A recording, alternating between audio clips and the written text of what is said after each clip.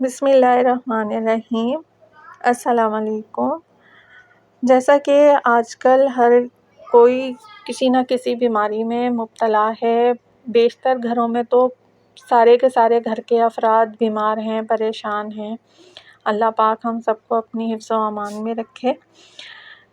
تو جیسا کہ ہر گھر میں بیماریاں ہیں، پریشانیاں ہیں، ایک فرد ٹھیک ہوتا ہے تو دوسرا فرد بیمار ہو جاتا ہے، یا ویسے ہی گھر کے تمام افراد متعدد جو ہے وہ بیماریوں میں جو ہیں وہ مبتلا ہیں۔ کسی کو گردے کا مسئلہ ہے، کوئی دل کا پیشنٹ ہے، کوئی کسی کا جگر خراب ہے، کسی کو معدے کی، پیٹ کی جو ہیں وہ تکالیف ہیں، اور کئی جو ہے وہ گھروں میں بزرگ جو ہیں وہ ٹانگوں کے درد، گھٹنوں کے درد کی وجہ سے پریشان ہیں، ہڈیوں میں درد وغیرہ۔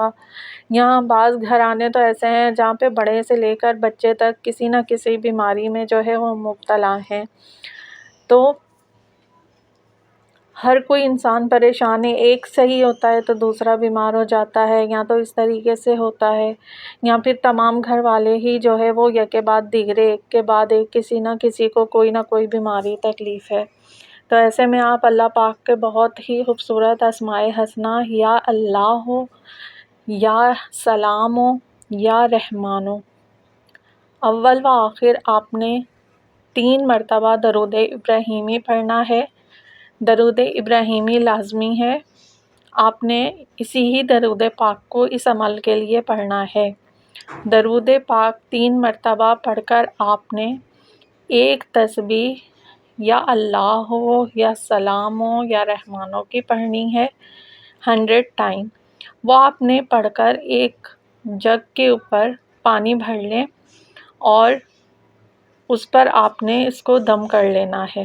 درود شریف پہلے پڑھ لیں، پھر درمیان میں تسبیح 100 ٹائم ان ناموں کی، پھر 3 مرتبہ آخر میں درود ابراہیمی پڑھ کے آپ نے فوراً پانی پر پھونک مار دینی ہے، اور وہ پانی آپ نے تمام گھر والوں کو پلانا ہے، اور یہ عمل آپ نے روزانہ جو ہے وہ کرنا ہے۔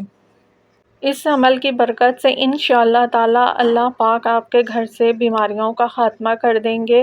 اور ایسا نہیں ہے کہ اس عمل کو آپ نے صرف 2-4 دن کرنا ہے، آپ نے مسلسل اس عمل کو جاری رکھنا ہے، اور روزانہ اس کا پانی آپ نے ایک برتن میں پڑھ کر رکھ لینا ہے، اور روزانہ گھر کے تمام افراد نے اسی میں سے پانی جو ہے وہ پینا ہے۔